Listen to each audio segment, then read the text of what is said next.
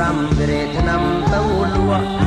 អំសាយត្រពូប្រាំវិរេធនំទៅលក់អង្កេបនឹងទីពួកវាលួចជួកាន់ឆា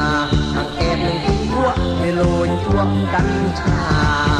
ជាក្បាលខ្មៅវិនំទីគួយផឹកស្រាជាក្បាលខ្មៅវិនំទីគួយផឹកស្រារវងមិនដេញភាសាវិគីមណាយតោះកេរវងមិនដេញភាសាវិគីមណាយតោះកេសត្វញីក៏ក្លៃស្រីរត់រួតមេសត្វញីក៏ក្លៃស្រីរត់រួតមេតកាយជិះស្រែនឹងកប់ក្លោស្រាគូតកាយជិះស្រែនឹងកប់ក្លោស្រាគូអាជាក្បាលខ្មៅវិញផ្លូវមោហអាជាក្បាលខ្មៅវិញផ្លូវមោហរត់ចូលស្រាធូបមុខកបាលស្រោមាមរត់ចូលក្រុងកោបមុខកបាលស្រោមាម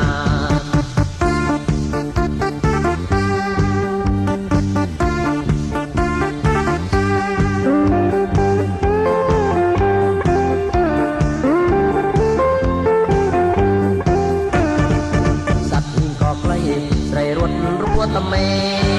សត្វនេះក៏ក្លៃស្រីរត់រួតមេតកាយជ្រុយស្រែនឹងកប់ក្លោស្រាធូតកាយជ្រុយស្រែនឹងកប់ក្លោស្រាធូអាជាក្បាលខ្មៅវិញផ្លូវមោហអាជាក្បាលខ្មៅវិញផ្លូវមោហ